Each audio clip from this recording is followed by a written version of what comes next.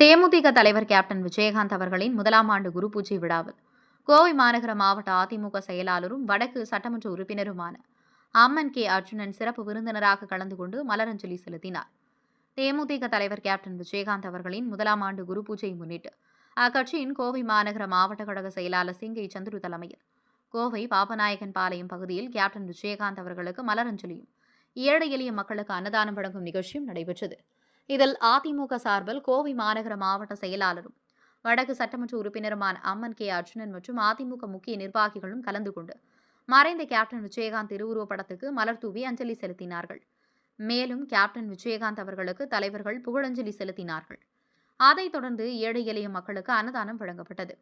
இந்நிகழ்ச்சியில் தேமுதிக பீலமேடு பகுதி கழக செயலாளர் பன்னீர்செல்வம் மற்றும் அதிமுக பகுதி கழக செயலாளர் தம்பு என்கிற மௌனசாமி முன்னிலை வகித்தனர்.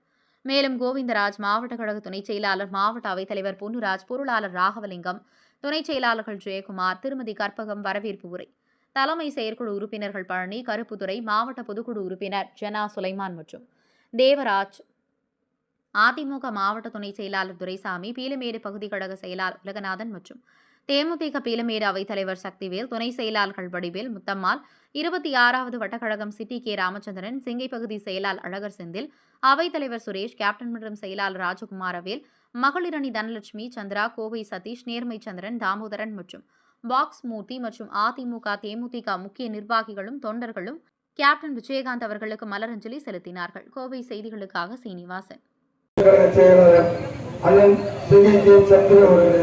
வந்து கொண்டிருக்கின்ற காரணத்தினால் இங்கே சரியான நேரத்தில் பாப்பராக்கம்பாளையம் பகுதி செயலாளர் அம்பு என்கிற மௌனசாமி அவர்களை முன்னிலை ஏற்று நடத்துமாறு கேட்டுக்கொண்டு இப்பொழுது வரவேற்புரை மாவட்ட கழக துணை செயலாளர் அன்பு சகோதரர் கோவிந்தராஜ் அவர்கள்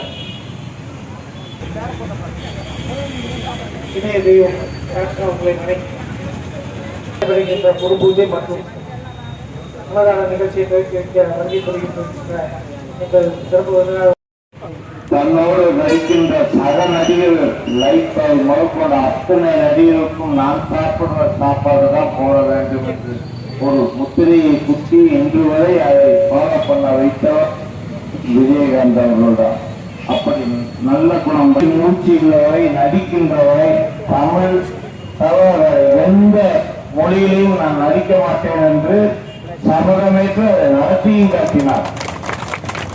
மற்றவர்களெல்லாம் பணங்களுக்காக பல படங்கள் நடித்தார். எங்களது புரட்சித் தலைவர் எம்ஜிஆர் அவர்கள் தமிழில் ஒன்றுதான் நடித்தார். அப்படி அவர் வழித்தோன்றலாக வந்த கேப்டன் அவர்களும் தமிழை தவிர நான் எந்த மொழி படத்திலையும் நடிக்க மாட்டேன் தவறுமேற்றவர். அவர் உண்மையிலேயே போராடி எதிரையும் போராடி வெற்றி பெற்றக்கூடியவர். அவரெல்லாம் இந்த மண்ணிலே வாழ்ந்திருக்க வேண்டும். இன்னும் பல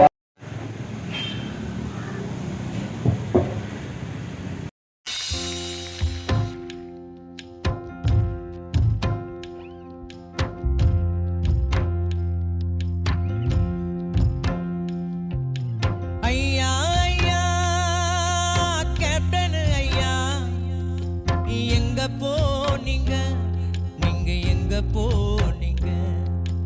ஐயா ஐயா கேப்டன் ஐயா எங்க போனீங்க, நீங்க எங்க போனீங்க? வாழாமல் சென்றது ஏன் வாழ போன பூமியில, வாழ போன பூமியில மண்ணுக்குள்ள போனது ஏன் மறைந்தாரையா? இந்த மண்ணுக்குள்ளதான் வாழுறாரையா, ஏழ நெஞ்சிக்குள்ளதான் மறைந்தாரையா. இந்த மண்ணுக்குள்ளதான் வாழுறாரையா, ஏழ நெஞ்சுக்குள்ள. பத்மபூஷன் கேப்டன் புகழ் ஓங்குக, வாழ்க அந்நியார், வளர்க தேசிய முற்போக்கு திராவிடக் கழகம். மக்கள் மண்ணை விட்டு மறைந்தாலும் மக்கள் மனதிலே வாழ்ந்து கொண்டிருக்கின்ற ஒப்பற்ற ஒரே தலைவர் பத்மபூஷன் கேப்டன் அவர்களுடைய முதலாம் ஆண்டு குரு பூஜை நேற்றைய தினம் லட்சக்கணக்கான மக்கள் முன்னிலையிலே சென்னை ஆலயத்திலே மிக பிரம்மாண்டமாக மக்கள் வந்து கேப்டன் அவர்களுக்கு அஞ்சலி செலுத்தினார்கள். அதில் கழகத்தினுடைய பொதுச்செயலாளர் அந்நியார் அவர்களின் ஆணைப்படி கோவை மாநகர மாவட்டத்திலிருந்து சுமார் 250 பேர் சென்னை சென்று இந்த குரு பூஜை அஞ்சலி நிகழ்ச்சியிலே கலந்து கொண்டோம். அவர்களுக்கெல்லாம் இந்த நேரத்தில் மாநகர் மாவட்ட கழகத்தின் சார்பாக நன்றியை தெரிவித்துக் கொள்கின்றேன். அதேபோல் வார வாரம் அன்னதானம் வழங்கி 52வது வாரத்தை சென்னையிலே நடத்தி கொடுத்த அன்னதான குழுவினுடைய நிர்வாகிகள் அவைத்தலைவர் பொன்ராஜ் அவர்களுக்கும் நம்முடைய மகேந்திரன் அவர்களுக்கும் குரு ராகவ் அவர்களுக்கும் உடன் ஒத்துழைத்த ஐயா ஜிபிஎஸ் ஐயா அவர்களுக்கும் அதேபோல் பகுதி கழகத்திலிருந்து வந்து ஒத்துழைப்பு தந்த அனைத்து நிர்வாகிகளுக்கும் மாவட்ட கழக நிர்வாகத்துக்கும் இந்த நேரத்தில் நன்றியை தெரிவித்துக் கொள்கின்றேன். அதேபோல் நேற்றைய தினம் நடைபெற்ற மௌனவஞ்சலி அமைதியான ஊர்வலத்திலே காவல்துறை இந்த அராஜக ஆட்சியை நடத்தி கொண்டிருக்கின்ற திராவிட மாடல் என்று சொல்லிக் கொண்டிருக்கின்ற இந்த திருட்டு முன்னேற்ற கழகத்தினுடைய தலைவராகவும் நாட்டினுடைய முதலமைச்சராகவும் இருந்து கொண்டிருக்கின்ற ஸ்டாலின் அவர்கள் எங்களது தலைவர் அவர்களுக்கு மௌனவஞ்சலி ஊர்வலம் நடத்துவதற்கு தடையை விதித்தீர்கள். இது கோவை மாநகர் மாவட்ட கழகத்தின் சார்பாக கடுமையான கண்டனத்தை தெரிவித்துக் கொள்கின்றோம். இது முதலும் கடைசியாகவும் இருக்கட்டும். எல்லாருமே எல்லா கட்சியை சேர்ந்தவர்கள், ஏன் உன்னுடைய கட்சியை சேர்ந்தவர்கள் கூட ஊர்வலம் போய் தான் அஞ்சலி செலுத்துகிறீங்க, அதுக்கு மட்டும் அனுமதி உண்டு.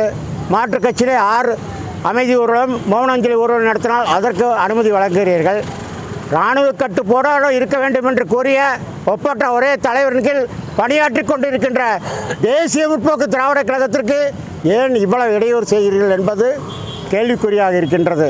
இதற்கெல்லாம் விடை வருகின்ற 26 மக்கள் உங்களுக்கு பாடம் புகட்டுவார்கள் என்று இங்கே நான் உங்களுக்கு எச்சரிக்கையாக தெரிவித்துக் கொள்கின்றோம். இது முற்றுப்புள்ளியாக இருக்கட்டும். இது தொடர்ந்தால் ஆங்காங்கே தமிழ்நாடு முழுவதும் அந்நியார்கள் ஆணையை பெற்று அவர்கள் ஆணையுடன் ஆங்காங்கே திமுக எங்கெங்கே கட்சி அலுவலகம் நடத்துகிறீர்களே அங்கெல்லாம் ஆர்ப்பாட்டம் நடைபெறும் என்பதை உங்களுக்கு எச்சரிக்கையாக தெரிவித்துக் கொள்கின்றோம்.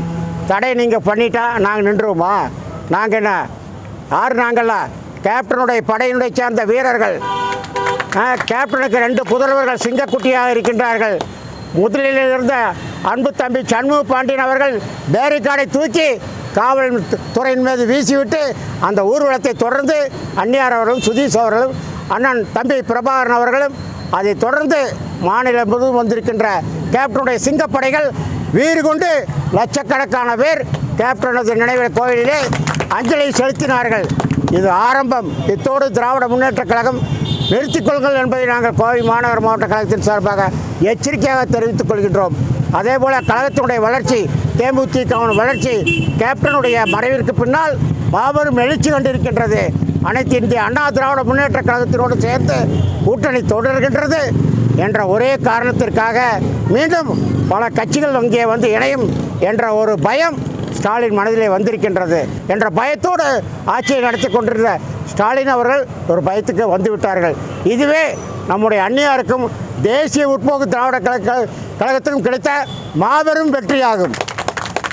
ஆகவே அனைத்து இங்கே இது கோவை மாநகர் மாவட்டத்தில் நேற்று சென்னையில் நினைவஞ்சலியை முடித்துவிட்டு காலையில் இங்கே நம்முடைய கோவை பாப்பநாயக்கம்பாளையம் காய்கறி மார்க்கெட் அருகிலே கோவை மாநகர் மாவட்ட கழகத்தின் சார்பாக இங்கே நினைவஞ்சலி குரு பூஜையும் அன்னதானமும் இங்கே நடந்தது. இதற்கு நம்முடைய தோழமை கட்சியினுடைய மாவட்ட கழக செயலாளரும்